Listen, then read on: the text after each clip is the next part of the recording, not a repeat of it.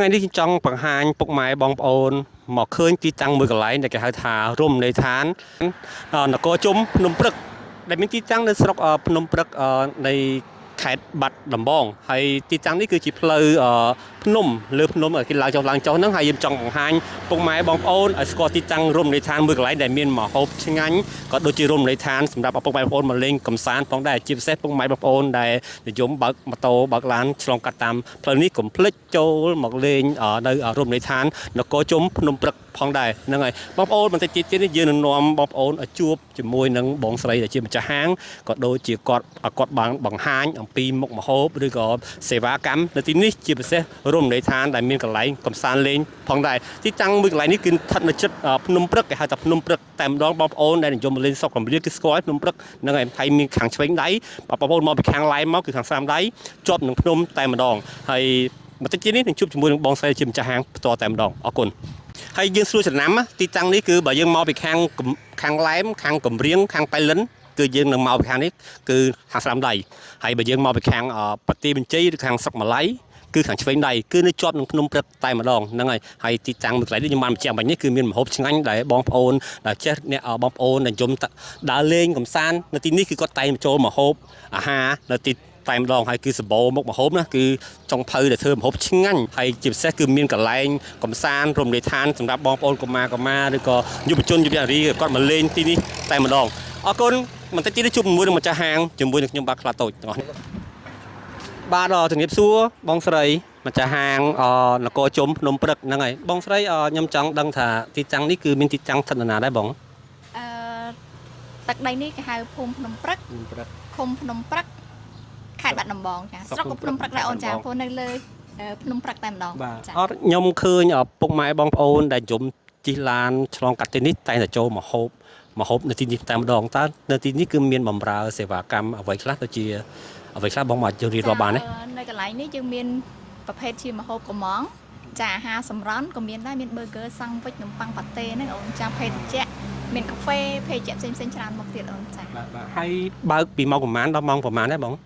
ពីម៉ោង6ព្រឹករហូតដល់ម៉ោង9យប់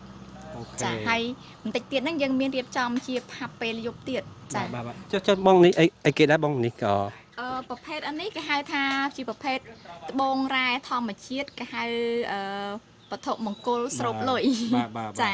តែភ្ញៀវគាត់ទៅជិតមកលេងមើលដូចដុំនេះចឹងអានេះគេហៅសាច់ជ្រូក3ជាន់បាទបងបាទចាហើយប្រភេទនេះយើងមានរៀបជា5អីចានេះជា5ឈុតនេះភាគតាមជំនឿបុគ្គលចាគាត់ច្រើនដាក់ជំនាញផ្ទះកន្លែងតូបគាត់លក់ដូរហ្នឹងអូនចា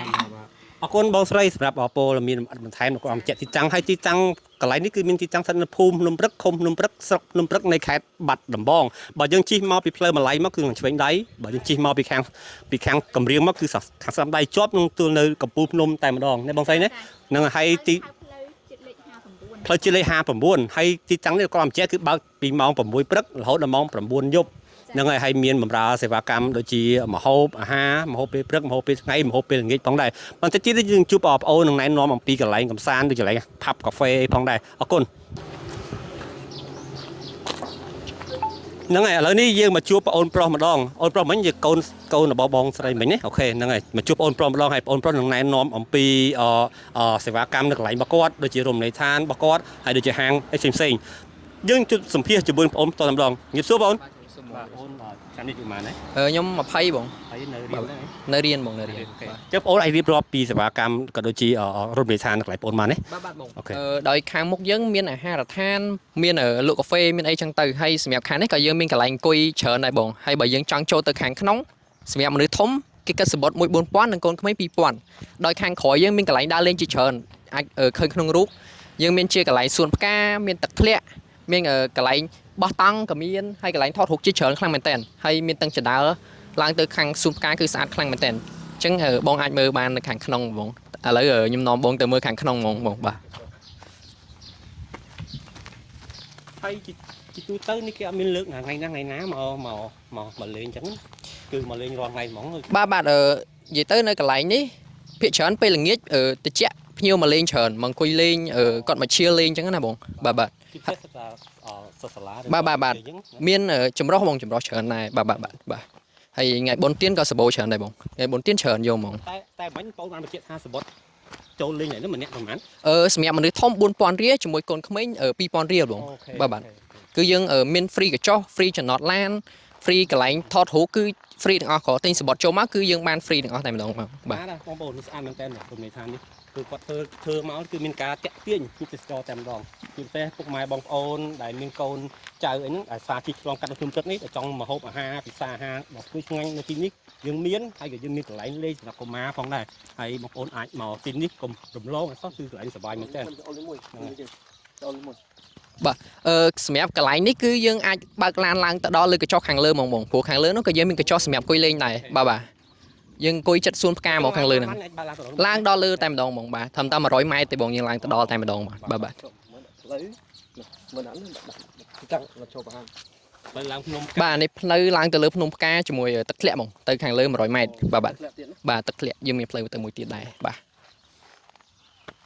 ទកន្លែងនេះគឺជាដើរឡើងទៅកន្លែងសួនផ្កាគឺទាំងក្មេងៗទាំងយុវជនគឺគេចូលចិត្តមកថតនៅកន្លែងនេះព្រោះកន្លែងនេះចដើគឺគ្រប់ពណ៌ស្អាតយើងថតរូបក៏ឃើញស្អាតដែរហើយយើងមានឆ្នាំទាំង12ហើយបើយើងឡើងទៅខាងលើទៅគឺសួនផ្កាស្អាតខ្លាំងមែនទែនបាទហើយថតទៅឃើញភ្នំព្រឹកទៀតហើយទៅខាងក្រោយឃើញចការបស់ប្រជាពលរដ្ឋយើងគឺ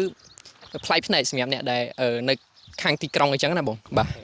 តោះយើងទៅខាងមុខទៀតបាទនេះគឺជាផ្លូវយើងឡើងទៅកន្លែងកញ្ចុះមួយទៀតហើយក៏មានកន្លែងថតរូបស្អាតនៅខាងលើដែរមានបេះដូងធំមួយនៅខាងលើបាទយើងកំពុងតែកសាងទៅហើយសម្រាប់ពុកម៉ែបងប្អូនដែលមានកម្រងចង់ដើរលេងទៅខាងសៀមរាបក្នុងឱកាសបុណ្យចូលឆ្នាំខ្មែរខាងមុខនេះក៏យើងអាចជិះកាត់ផ្លូវនេះបានដែរគឺផ្លូវជាតិលេខ59គឺយើងបើសិនជាយើងទៅលេងអាចក៏ឈានឆ្លងកាត់ចូលលេងសិនក៏បានដែរព្រោះកន្លែងយើងឆ្លងកាត់ទេហើយក៏មានកន្លែងថតរូបមានកន្លែងគួយញ៉ាំអីកញ្ចុះអាចយកអាហារយកអីចូលបានដោយសេរីហ្មងខាងលើបាទហើយនេះគឺជាកន្លែងថតរូបមួយទៀតហើយគឺស្អាតខ្លាំងមែនតើបងប្អូនអាចមើលហើយជាស្អាតហើយកន្លែងបេះដូងធំមានកន្លែងជាច្រើនទៀតស្អាតនៅខាងមុខបាទហើយសម្រាប់អ្នកដែលមានដៃគូចង់មកជាដៃគូក៏បានចង់មកជាមិត្តភ័ក្តិក៏បានគឺសម្រាប់យុវជនគឺត្រូវខ្លាំងមែនតើកន្លែងនេះយើងមកល្ងាចមកយើងទិញភេកចេញពីខាងមុខមកភាសាគ្នាឬនិយាយរឿងក្នុងចិត្តអីបាននៅខាងនេះគឺស្ងប់ស្ងាត់ល្អមានខ្យល់អាកាសបរិសុទ្ធខ្លាំងមែនតើឥឡូវយើងអាចទៅមើលបានបាទទៅខាងមុខយើងមានកន្លែងអង្គុយច្រើនអ្នកគ្នាមិនខ្លាចថាអត់មានកន្លែងអង្គុយទេកន្លែងអង្គុយយើងគឺច្រើនខ្លាំងមែនតើហើយគឺធម្មជាតិពិតតែម្ដងអូខេអ្នកគ្នាហើយនេះគឺជាបេះដូងភ្នំព្រឹកយើងតែម្ដងគឺធំខ្លាំងមែនតើនៅខាងក្រោយអ្នកគ្នាអាចមកថតរូប free style នៅកន្លែងនេះគឺស្អាតខ្លាំងមែនតើប្លែកភ្នែកខ្លាំងមែនតើបងអ្នកគ្នាចង់មកថតរូបប្លែកបាទកន្លែងនេះគឺបេះដូងភ្នំព្រឹកហ្មងបើមកអត់បានថតកន្លែងនេះដូចអត់មកចឹងអ្នកគ្នាអញ្ចឹងបើបានជាសិនជាមកឲ្យ complete ថតកន្លែងបេះដូងភ្នំព្រឹកគឺស្អាតខ្លាំងមែនតើអ្នកគ្នាបាទអូខេអ្នកគ្នាហើយខាងក្រោយនេះក៏យើងមានកញ្ចុះដែរនេះបាទកញ្ចុះគួយគ្នាបានច្រើនខ្លាំងមែនតើគឺ fresh ហើយទេសភាពនៅខាងក្រោយគឺស្រស់ស្រាយខ្លាំងមែនតើអ្នកគ្នាអាចមើលបាននៅខាងក្រោយនេះមានកន្លែងអង្គុយមានកន្លែងឈៀលល្ងាចឡើងមកដាក់ជាក់ក៏បានមកនិយាយរឿងក្នុងចិត្តអីគឺត្រូវខ្លាំងមែនតើអ្នកគ្នាបាទអាចមកមើលដកខ្យល់ចង់កាត់បន្ថយចង់កាត់ stress ចង់ relax អីហ្នឹងគឺត្រូវខ្លាំងមែនតើសម្រាប់កន្លែងទីតាំងកន្លែងនេះគឺស័ក្តិសមខ្លាំងមែនតើព្រោះជាតំបន់ព្រៃភ្នំហើយ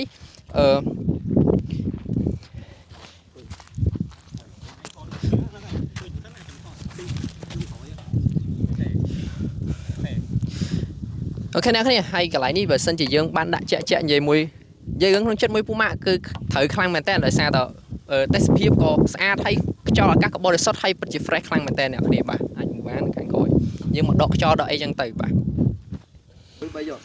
ហេកន្លែងសម្រាប់កន្លែងនេះវិញសម្រាប់គូស្នេហ៍ចង់មក date ក៏បាន first date អីក៏មកកន្លែងនេះក៏ត្រូវដែរអ្នកគ្នាចាសម្រាប់មកគូអីចឹងទៅក៏ត្រូវដែរអ្នកគ្នាបាទអាចយើងចូលមកអង្គុយចឹងមកយើងអាច order ពីមុខមកបើអ្នកគ្នាចង់បើអត់បានយកអីមកទេក៏យើងអាច order មកពីខាងមុខមកដែរខាងមុខមានទាំងភេកជាក់មានទាំងអាហារឆ្ងាញ់អាហារសម្រន់អីមាន់ពងអីក៏មានដែរអ្នកគ្នាយកមកអង្គុយនៅនឹងទៅគឺអែមខ្លាំងមែនតើបាទអូខេអ្នកគ្នាហើយកន្លែងនេះមកប្លង់កន្លែងនេះគឺឃើញភ្នំព្រឹកទាំងមូលហ្មងយើងអាចឈរថតក៏បានអង្គុយថតក៏បានដែរគឺយើងមកកន្លែងនេះបើអត់បានថតកន្លែងនេះក៏វាជាហើយសម្រាប់កន្លែងនេះក៏ជាចំណុចមួយដែលសំខាន់ដែរគឺថតឃើញភ្នំព្រឹកទាំងមូលហ្មងហើយក៏មានបងប្អូនជាច្រើនមកកន្លែងនេះហើយថតរូបកន្លែងនេះគឺឃើញជាពិសេសគឺមកពេលរសៀលបាទពេលថ្ងៃលិចហ្នឹងគឺស្អាតខ្លាំងមែនតើអ្នកគ្នាមកថតថ្ងៃលិចមកមើលថ្ងៃលិចជាមួយដៃគូជាមួយគ្រួសារក៏បានមួយដៃគូបានមិត្តភ័ក្តិអីហ្នឹងគឺស្អាតខ្លាំងមែនតើអ្នកគ្នាបាទប្លង់នេះគឺត្រូវសិតតែប្លង់ដែលគេជួយចិត្តមកនិយមថតឲ្យយកទៅផ្ដិតទុក ទុកធ្វើជាអនុស្សាវរីយ៍អីចឹងអ្នកគ្នាគឺត្រូវខ្លាំងមែនតើបាទ អមាញ់មិញនេះពុកម៉ែបងប្អូនបានស្ដាប់បទបង្ហាញរបស់បងប្អូនប្រុសម្ចាស់ហាងនិងបងស្រីម្ចាស់ហាងផងដែរហ្នឹងហើយទីតាំងចំណុចមួយនេះដែលយើងមកដល់អមាញ់មិញនេះគឺកន្លែងនេះបងប្អូនបានបញ្ជាក់ថាកន្លែងនេះគឺជាកន្លែងដែលទឹកធ្លាក់នៅពេលរដូវវស្សាទឹកធ្លាក់គឺត្រជាក់ណាស់ហើយបងប្អូនបងប្អូនប្រជាពលរដ្ឋហើយយុវវ័យយើងអាសាមកលេងទៅទីនេះគឺរមណីយដ្ឋានស្អាតមែនទែនមើលបងប្អូនមើលទេសភាពស្អាតមែនទែនហ្នឹងហើយជាពិសេសក៏មានតារាល្បីធ្លាប់មកថតចម្រៀង MV ជាពិសេសក៏មានលោកបណ្ឌិតចាងវាំងបណ្ឌិត ABC ក៏មកលេងនៅទីនេះផងដែរមកថត MV ជាដើមផងដែរហើយបន្តិចទៀតនេះខ្ញុំធ្វើបទបង្ហាញបន្តទៀតនៅទីតាំងមួយកន្លែងទៀតគេហៅថាកន្លែងcoffee ហ្នឹងហើយ coffee pub ផងដែរទៅទៀតយើងនាំពុកម៉ែបងប្អូនទៅលំហែភ្នែកទស្សនីយភាពនៅទីតាំងដែលគេហៅថារមណីយដ្ឋាននគរជុំភ្នំព្រឹកដែលមានទីតាំងស្ថិតនៅភូមិភ្នំព្រឹកឃុំភ្នំព្រឹកស្រុកភ្នំព្រឹកខេត្តបាត់ដំបងនៅជិតនៅលើកំពូលភ្នំព្រឹកនេះតែម្ដងអូខេ let's go អូខេឥឡូវនេះមុននឹងយើងធ្វើបទបង្ហាញកន្លែងកាហ្វេភ្នំព្រឹកនេះយើងនឹងឲ្យបងប្អូនរៀបរាប់អំពីកន្លែងមួយទៀតមុននឹងធ្វើដំណើរទៅខាងកាហ្វេអូខេបងប្អូនអាចរៀបរាប់បានក ន្លែងនេះគឺជាកន្លែងស្ពានភ្នំព្រឹកយើងលយចេញមកបន្តិចមកដើម្បីឲ្យយើងបានងាយស្រួលក្នុងការថតទេសភាពពីក្រោយដោយសារទេសភាពនៅភ្នំព្រឹកយើងគឺស្អាតខ្លាំងមែនតើអញ្ចឹងបាទទលំទលាយខ្លាំងមែនតើយើងមើលទៅយើង fresh យើង relax បានអញ្ចឹងអ្នកគ្នាដកខ្យល់អីក៏ស្រួលដែរហើយបែរខាងនេះក៏យើងឃើញភ្នំព្រឹកទាំងមូលបែរទៅខាងនោះក៏ឃើញទេសភាពដ៏ស្អាតដែលយើងមើលអ្នកខ្លះគឺអាចថាកម្របានឃើញគឺទេសភាពព្រៃភ្នំគឺស្អាតគេថាស្អាតហើយបរិសុទ្ធបែបនេះតែម្ដង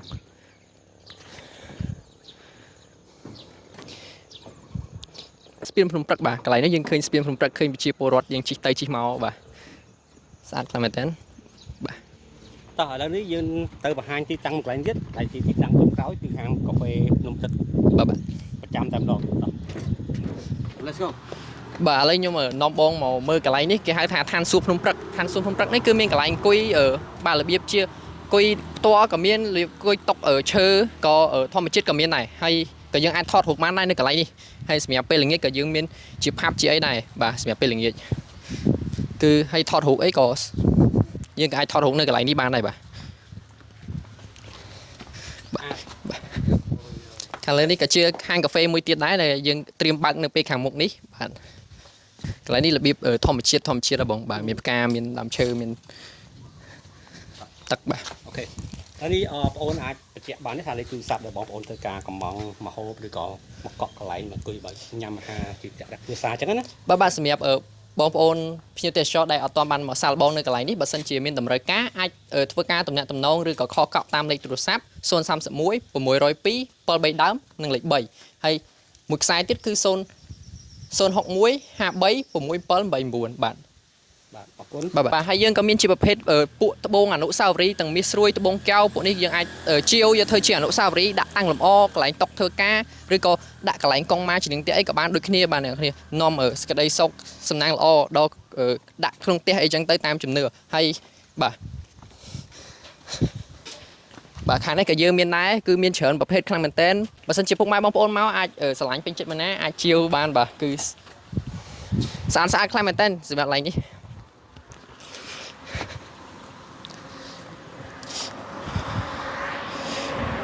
បាទអ្នកគ្នាមកដល់កន្លែងនេះគឺជាកន្លែងគោរពបូជាគឺកន្លែងគោរពបូជារបស់លោកយាយសាំជាមួយនឹងលោកតាមេតបដែលនៅថែអាសាគ្រប់គ្រងនៅកន្លែងនេះសម្រាប់ហើយអ្នកដែលមកភាគច្រើនគឺយើងអ្នកមកភាគច្រើនគឺបានចូលគោរពបូជាអុតធូបបាទ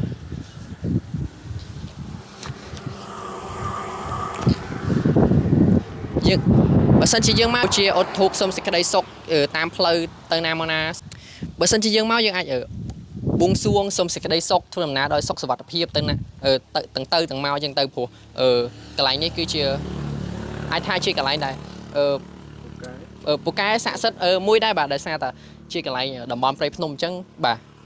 បងប្អូនដឹងហើយថានៅលើភ្នំព្រឹកគឺជាកន្លែងដែលស័ក្តិសិទ្ធិមួយដែរហើយសម្រាប់ល្ងាចឡើងគឺមានប្រជាពលរដ្ឋមក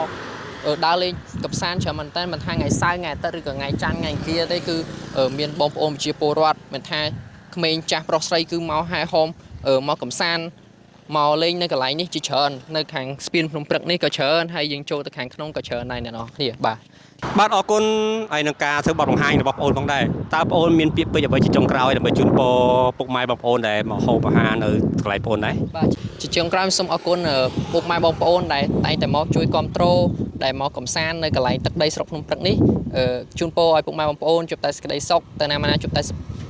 សុខសុវត្ថិភាពនិងមានសុខភាពមង្គលនិងមានសុខភាពល្អបាទហើយសម្រាប់រដូវកាលបុណ្យទាននេះបើសិនជាពុកម៉ែបងប្អូនមានតម្រូវការអាចធ្វើការកក់តាមលេខទូរស័ព្ទ031 602 73ដងលេខ3ជាមួយនឹងលេខ0លេខ061 53 6789បាទហើយ